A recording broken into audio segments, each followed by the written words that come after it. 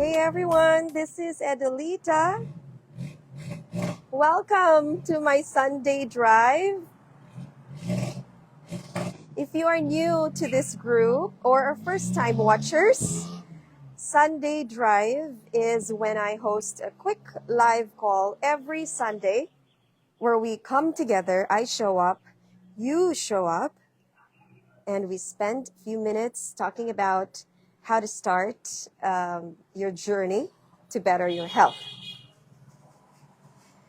In Sunday Drive, I also discuss matters of our reality today that we as a society may not typically talk about or openly talk about. But with my 17 plus years of combined experience as a medical doctor and health coach, helping people achieve the best version of their healthy selves, I realized that these topics, although not typically talked about, these are essential pieces that we need to align first within ourselves so to allow health transformation to happen. So yes, we need to talk about this. All right.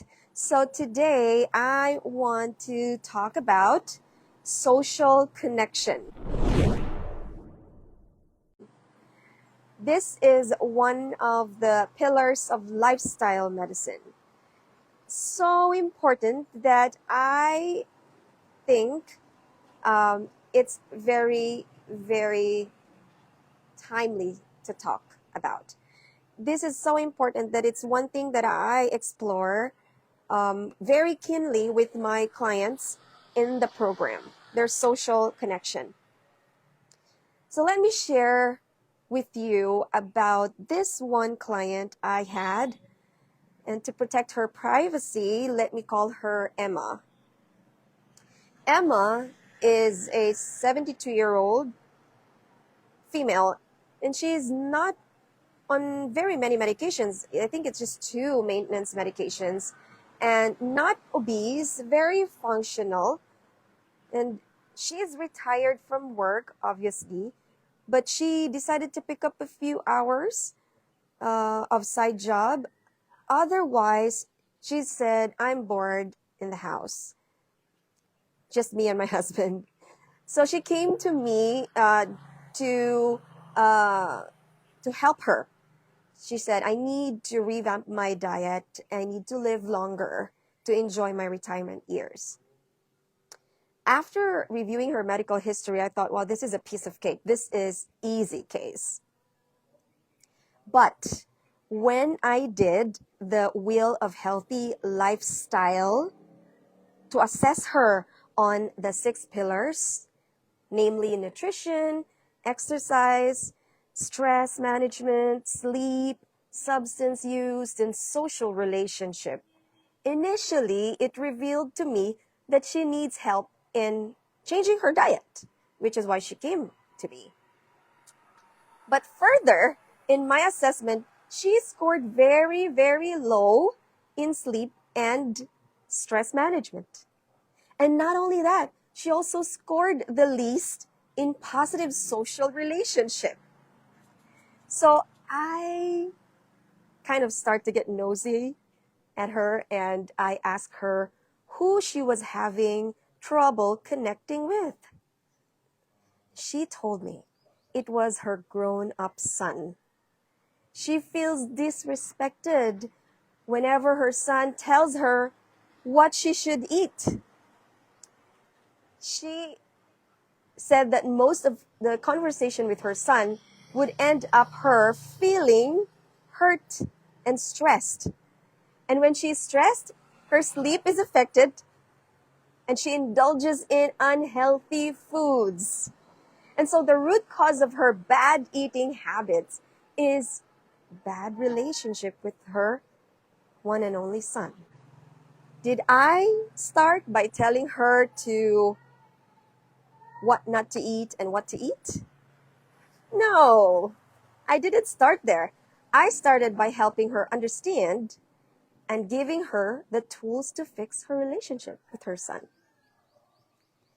That was the key to her successful lifestyle change. She and her son are okay now. She looks forward. She said, I'm looking forward to his calls now.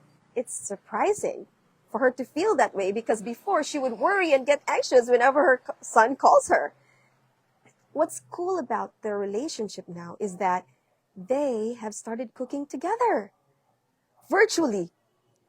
And they enjoy each other, and she finds cooking as a good bonding tool. I share that with you guys because very often, we underestimate the effect of social relationship into our lifestyle and preferences.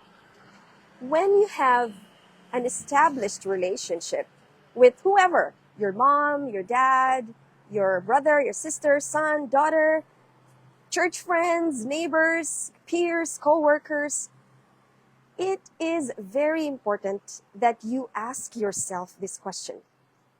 Are you ready? For any relationship, you have got to ask yourself this question. And the question is, what is my role in this relationship? Am I the influencer or the follower? Influencer or follower? If you are the influencer, then make sure you are spreading goodness to everyone around you. If you are a follower, you better be in the right tribe. You better be following the right person who you know can help you. I tell you another experience, not my personal experience. It's a doctor friend of mine who is already on a plant-based diet, and he attended a social event that was hosted by his employer. All employees were there, and before the program began, the waiters started serving the pre-ordered food for everyone. Would you like to have some? The waiter asked him. He replied, no, thank you. I don't eat meat. I'm on a plant-based diet. And the waiter replied, oh, I'm glad you mentioned that. I will make sure our chef knows about your food preference. I'm sure he can make something up for you. So at the dinner, everyone around him in the same table was curious about his food because they all got their steaks except my friend. He got served with a special chef-prepared plant-based dish and with dessert.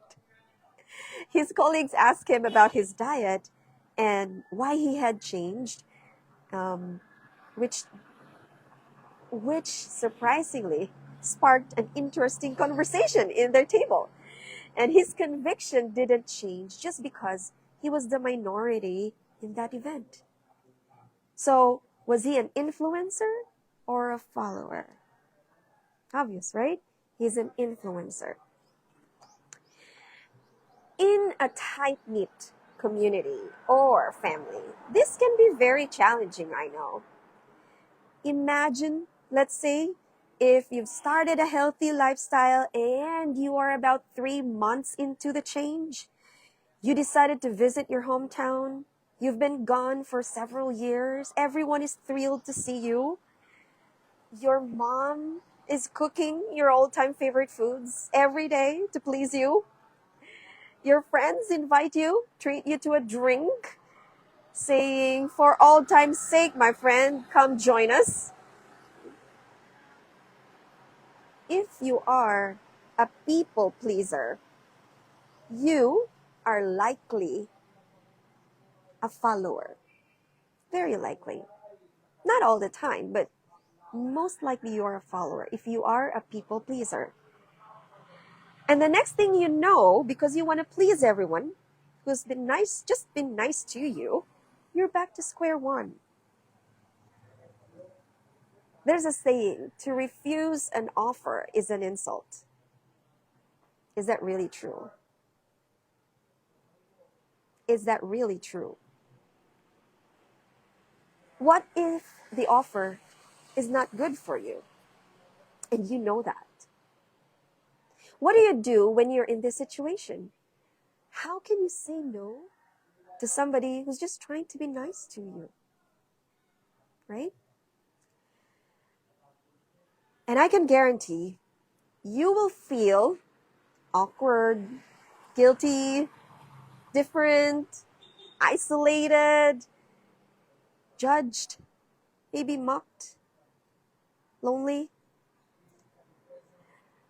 And it's okay. It's okay to feel that way. The problem that is common nowadays is that the society and the people around you telling you what to do are maybe too busy following their feelings and not their reasons. And here you are, you're confused and about to nudge to an unchecked cultural pressure and family traditions that maybe is no longer good for you. My personal antidote to this is remembering the former president of the American College of Cardiology, Dr. Kim Williams, who said, "Don't let your culture hold your heart hostage." Literally and figuratively speaking. I think that's true. And don't get me wrong, social connection is very important. In fact, that's again one of the pillars that we pay so much attention in lifestyle medicine. Positive social connection. We all need to be part of something.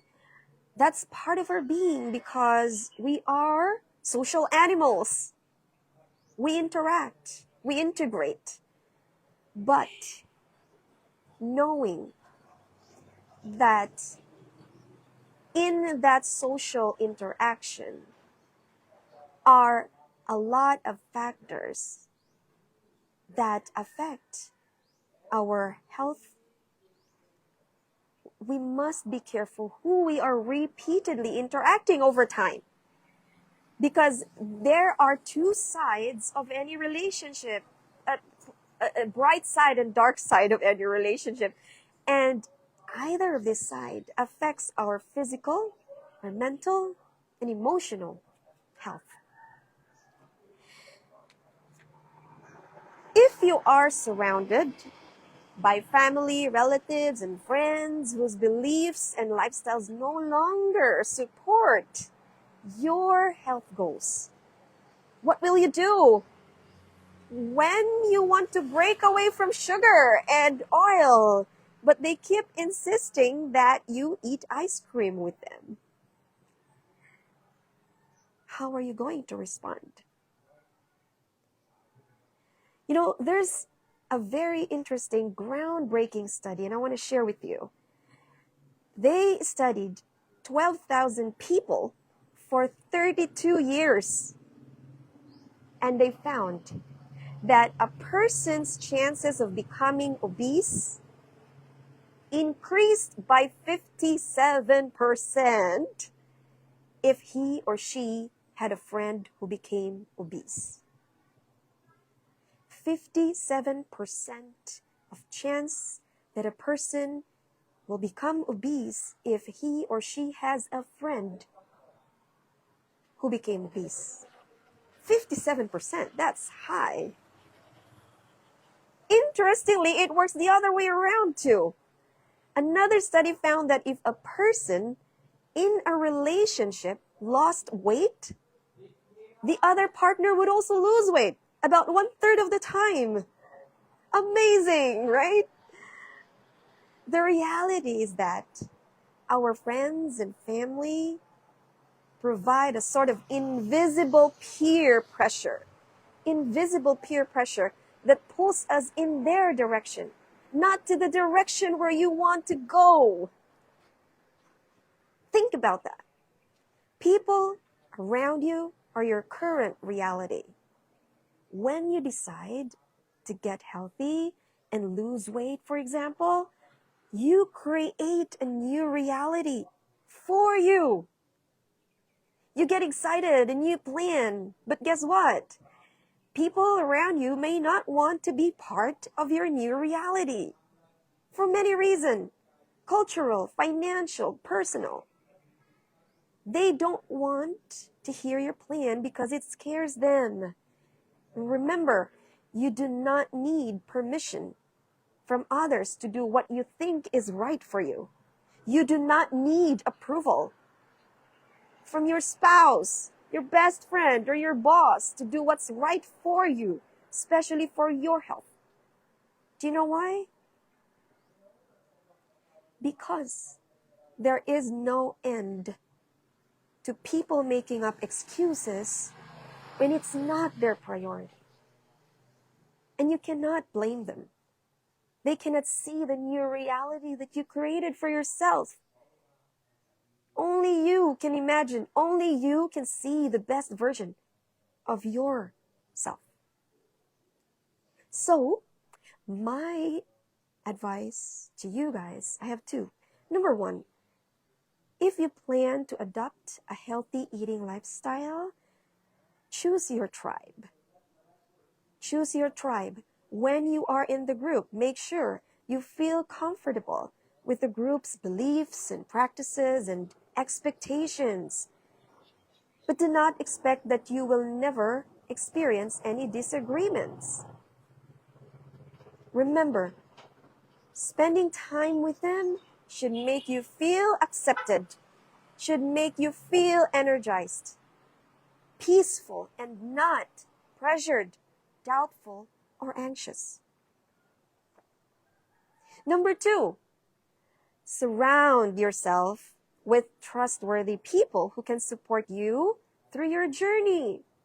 One of the most effective things you can do to be successful is to join a group where your desired behavior, the behavior that you want to adopt, is already the normal behavior of that group. That's the secret. Haven't you noticed that if fit people surround you, fit-looking people, you're more likely to consider working out. You're more likely to think to eat healthy. If happy-go-lucky drinking buddies surround you, you're more likely to drink when you're around them, right? So who do you frequently hang out with? You remember, you will become the average of the 5 people you regularly hang out with. So, choose your inner circle wisely. Now, if you're the type of person who prefers to be alone, being alone most of the time, that is absolutely fine too. You are probably an introvert who can maintain a small set of family members or friends that that you have a close relationship with. That's okay. Remember, it is not about having so many friends, entering so many groups to belong to. It's not about that. It's the quality of relationships you build with others who can truly support your health and your life goals. You are the average of the 5 people you regularly hang out with. So look around you. And then don't forget to ask that question. What is that question? Am I the influencer or the follower? That's my message to you guys this Sunday. Stay connected with me here on Lifestyle Changers MD every Sunday at 8 p.m. here in the Philippines. Or if you're in the US, it's Saturday 5 p.m. Pacific time or 8 p.m. Eastern time. This is recorded. Replay will be available very soon in our group. Share this video. See you again next week. Happy Sunday, everyone!